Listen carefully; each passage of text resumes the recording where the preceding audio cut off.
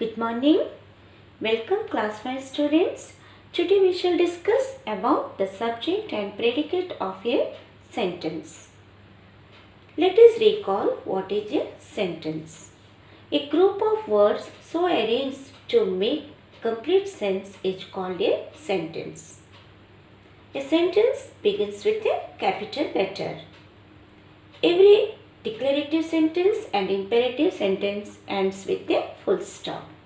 Every interrogative sentence ends with a question mark and every exclamatory sentence ends with an exclamation mark.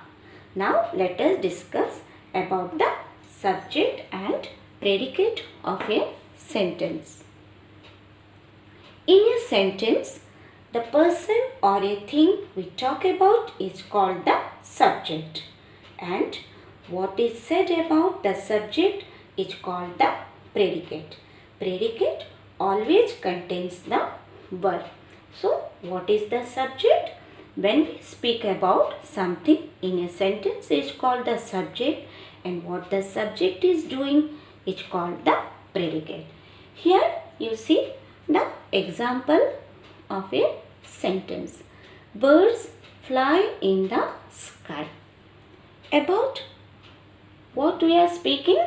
We are speaking about the birds. So, birds is your subject. What the birds do? Fly in the sky is the predicate.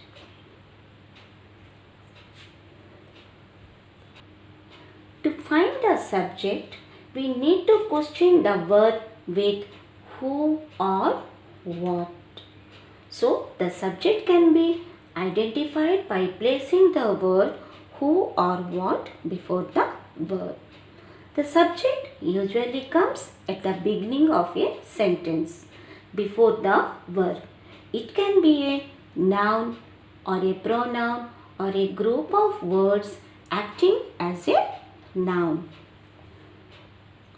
The predicate shows action and it may contain a main verb or a helping verb or both in a sentence. Here, let us see the examples. Here the example, second one you see, the sun gives such heat and light. First of all, we have to pick out the verb. So, here gives is your verb. Now, you question the verb just by asking what gives such heat and light. So, the answer is the sun. So, the sun is subject. Gives us heat and light is predicate. Here another example you see, who we should help others. In this sentence we have this should. Should is our helping verb. So here again you question who should help others. So the answer is we should help others. So we is subject. Should help others is predicate. One more example you see. The scenery of Kashmir is very charming. In this sentence also we have helping verb. This is your helping verb. Again you question what is very charming? The answer is the scenery of Kashmir. So the scenery of Kashmir is subject. Is very charming is predicate. In interrogative sentence, the subject usually comes after the helping verb. Here you see the example, do you play cricket? Here do is your helping verb.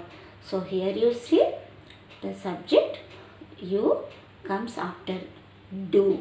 So here do you play cricket? So here the subject is you and rest of the words are predicate.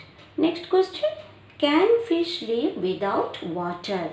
In this sentence your helping verb is can. So the subject has come after helping verb.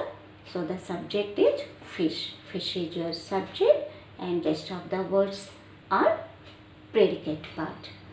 Next, imperative sentence. In imperative sentence, the subject is understood. Hence, the subject is omitted. Here the sentence begins, this is how you see example, open the door. So here the subject you is understood, it is omitted.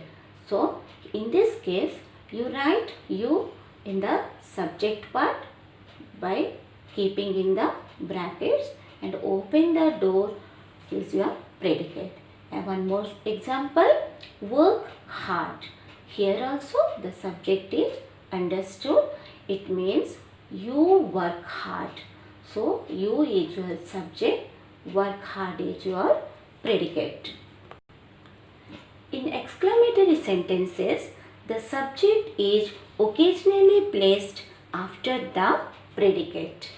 Here you see the example, how brave the girl is. So here girl is your subject, it has come after the predicate part.